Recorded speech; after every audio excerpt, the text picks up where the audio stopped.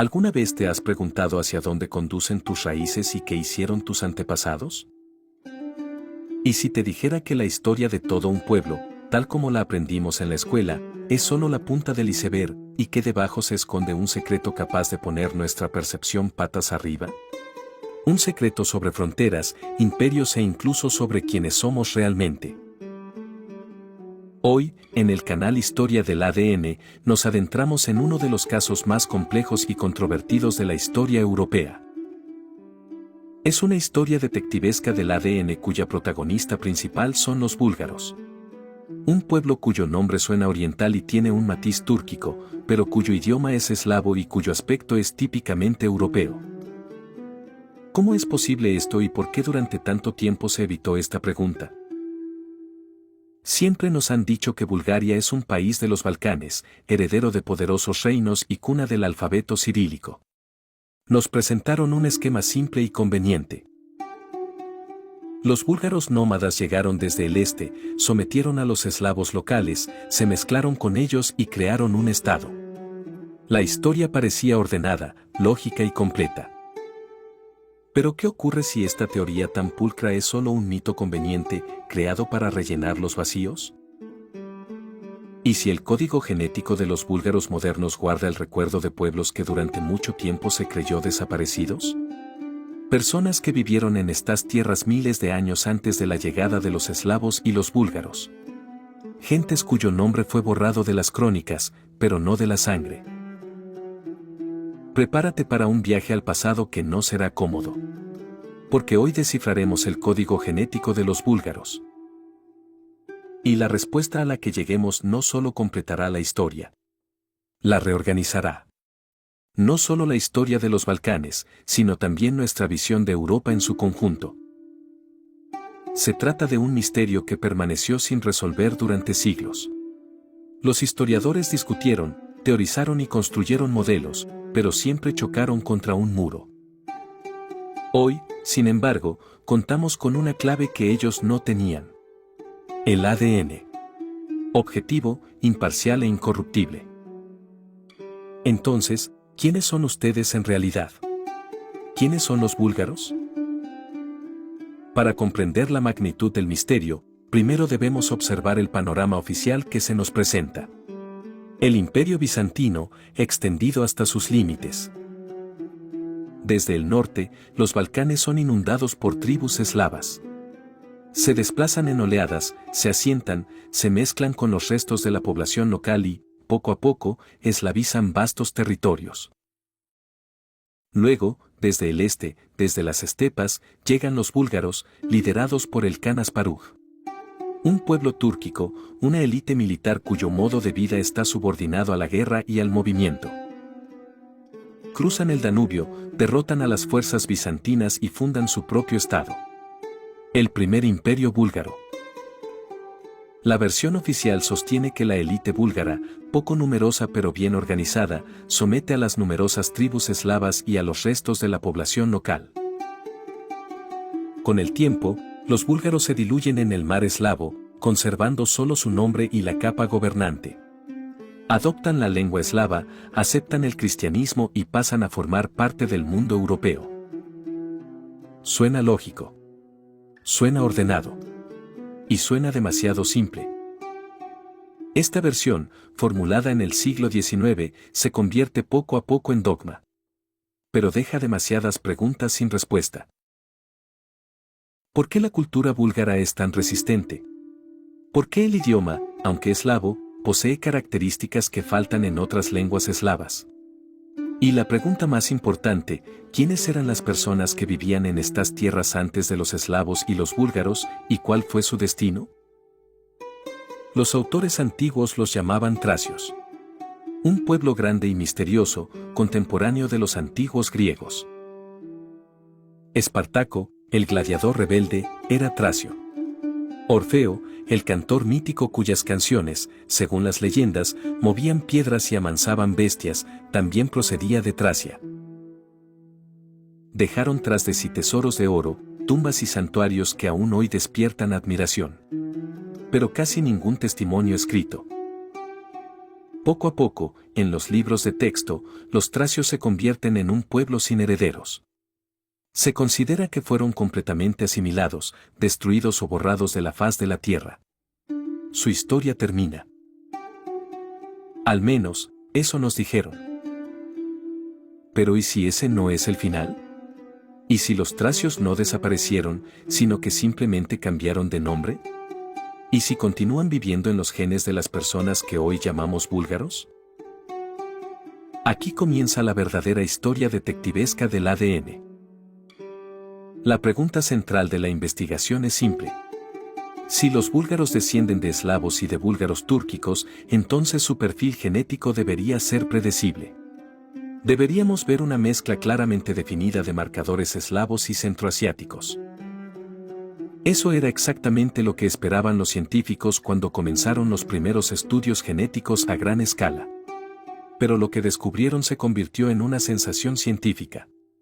El código genético de los búlgaros no coincidía con el modelo esperado. Sí, existe un componente eslavo.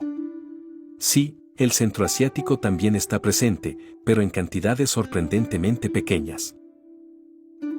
El elemento principal, el dominante, resultó ser algo completamente distinto. Un antiguo sustrato balcánico autóctono.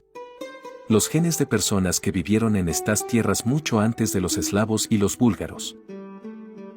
Una hipótesis que durante mucho tiempo fue considerada marginal recibió de repente la confirmación más sólida posible. En laboratorio. Los búlgaros no resultaron ser simplemente eslavos con un nombre túrquico. Resultaron ser herederos genéticos de una civilización antigua que vivió en estas tierras durante milenios. Los tracios, que primero adoptaron la lengua eslava y luego asumieron el nombre de búlgaros. Este descubrimiento sacude los cimientos del modelo histórico establecido. Y esto es solo el comienzo. La verdadera prueba se esconde en los detalles. Para comprender qué ocurrió realmente, los científicos dirigen su atención al testigo más fiable del pasado, el ADN humano. Más concretamente, a las líneas masculinas, transmitidas de padre a hijo a lo largo de milenios. El ADN masculino es como un árbol genealógico que se extiende hacia atrás en el tiempo. Cada línea cuenta una historia de migraciones, guerras y supervivencia. Cuando los científicos analizan las líneas masculinas entre los búlgaros, el panorama resulta sorprendente y totalmente incompatible con la teoría clásica eslavo-túrquica. Empecemos por los marcadores eslavos. Están presentes. Su huella es clara. Pero su frecuencia es significativamente menor que entre los pueblos eslavos del norte. Esto significa que los eslavos formaron parte de la etnogénesis, pero no fueron la mayoría dominante que asimiló a todos los demás. La siguiente cuestión se refiere a los búlgaros de las estepas. Al componente túrquico. Los científicos buscan marcadores característicos de Asia Central. Y los encuentran. Pero en cantidades casi simbólicas. No es la voz de un conquistador masivo. Es la huella silenciosa de una élite militar, una gota en el océano de la población local. Y entonces aparece el elemento más importante. El antiguo componente balcánico. Líneas genéticas presentes en los Balcanes desde tiempos remotos. Mucho antes de la historia escrita. Líneas asociadas a los primeros agricultores, a las poblaciones neolíticas y a aquellos pueblos que los autores antiguos llamaban tracios. Este componente no solo está presente. Domina. Forma el núcleo del acervo genético masculino. Es una prueba directa de que la población principal de estas tierras no fue reemplazada. Sobrevivió. Resistió oleadas de migraciones y conquistas sin desaparecer. Pero la historia se vuelve aún más clara cuando miramos las líneas femeninas. El ADN mitocondrial, transmitido de madre a hijo, cuenta una historia silenciosa pero extraordinariamente reveladora. Si el ADN masculino suele reflejar guerra y movimiento, el ADN femenino habla de continuidad y permanencia. Las líneas femeninas entre los búlgaros resultan ser aún más antiguas y mucho más homogéneas. Son típicamente europeas. Típicamente balcánicas. Han estado presentes aquí durante miles y decenas de miles de años. Esto significa una cosa. Las mujeres de esta tierra nunca se fueron. Estaban aquí antes de los eslavos. Estaban aquí durante los eslavos. Y estaban aquí después de la llegada de la élite búlgara. Las líneas femeninas de Asia Central prácticamente no existen. Esta es una prueba decisiva. Muestra que los búlgaros de las estepas llegaron principalmente como hombres guerreros. No trajeron consigo población. Se casaron con mujeres locales. Con mujeres eslavas y, en mayor medida, con descendientes de la antigua población balcánica. Este es el modelo clásico de conquista en el que el poder político cambia, pero la base demográfica permanece. Las mujeres locales dan a luz a las siguientes generaciones. Transmiten no solo sus genes, sino también la memoria cultural, las costumbres, la forma de pensar, el vínculo con la tierra. Así se forma un complejo proceso de síntesis. Hombres eslavos se mezclan con mujeres locales. Luego llega la élite militar búlgara y se integra en esta comunidad ya mestiza. Tras varias generaciones, las huellas genéticas de los pocos conquistadores se diluyen, mientras que el antiguo acervo genético balcánico sigue siendo dominante. Esto explica el principal paradojo. Porque los búlgaros llevan un nombre túrquico, hablan una lengua eslava y son genéticamente descendientes de la población preeslava de los Balcanes. La lengua resulta ser un pegamento cultural. El eslavo, más simple y flexible, se convierte en un medio de comunicación entre distintos grupos. Una lengua franca que poco a poco desplaza a los idiomas más antiguos. El nombre búlgaro se conserva como denominación política. El nombre del Estado y de sus ciudadanos. Con el tiempo, se transforma en un etnónimo. El nombre del pueblo. La genética muestra que los búlgaros no son el resultado de una simple mezcla de dos pueblos. Son una compleja aleación de al menos tres componentes principales, en la que la capa balcánica antigua no es periférica, sino la estructura portante. Cuando observamos la cultura, el panorama se confirma.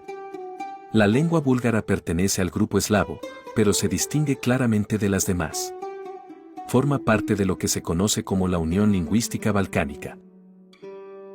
Un fenómeno único en el que lenguas de orígenes distintos comparten rasgos gramaticales comunes como resultado de una larga convivencia. Muchos estudiosos ven en estas particularidades huellas de lenguas más antiguas, hoy desaparecidas. Una marca gramatical del sustrato tracio. El fantasma de una lengua antigua que sigue viviendo en una nueva forma.